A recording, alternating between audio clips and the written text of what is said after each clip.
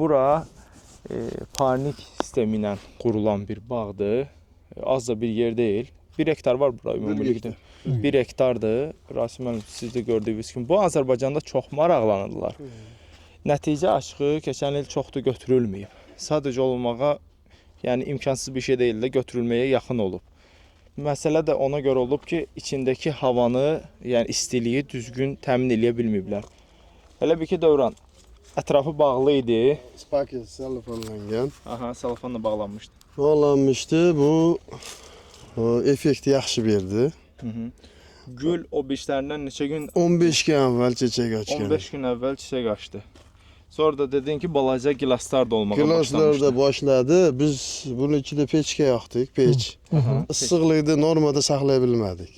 O norması olmalı. İstiliyi normada saxlaya bilmədi. Ha. Akşamları minüskü çupal, gündüzleri pülüskü ötüb. Şu regrovkasını şöyle toxtaz Verə bilmədik. bilmədi. Ha, verə bilmədik. Tənzimləyə bilmədilər Amma- istiliyi. Gülü də tez açıbsa, biraz balacalar da yetişməyə başlayıb son gilasın kalları deyək. Demək olar ki, burada nəticə almaq olar. Olar bəli. Sadəcə olaraq Sonra nə Həqiqət- oldu? Bəs sonra nə oldu? Attı Gördük meyvəni. biz, ha, meyve attı, çıktı. Biz o gördük, bildik. Demek netice var. Var. Hareket elesen var. Amma meyvələri Şimdi tökdü ha. də, tökdü yerə. Yok, biz açtık gözü. Ha, açdı. Paketle açtık da Ha. öttük, birisi katta O birisi baka, kim? polya Ha, götüp ha. gittik.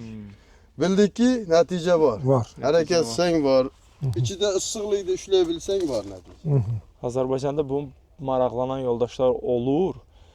Bazara 15 gün, 20 gün gilasda tez girmək, yəni tamam başqa bir şeydir də. Həqiqətən Hə, qiymətə baha görə satılır. çox baha satılır. Amma ki çox ciddi də yanaşmaq lazımdır.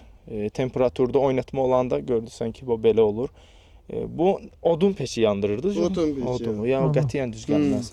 Eyni tempdə bir hava verilsə, Qaz olsa qaz. hə, eyni tempdə və Netice verir. mütəmadi də yoxlanış olsa, orada neçə dərəcədə istilik, Qaz ona olsa nəticə verir. götürmək olar.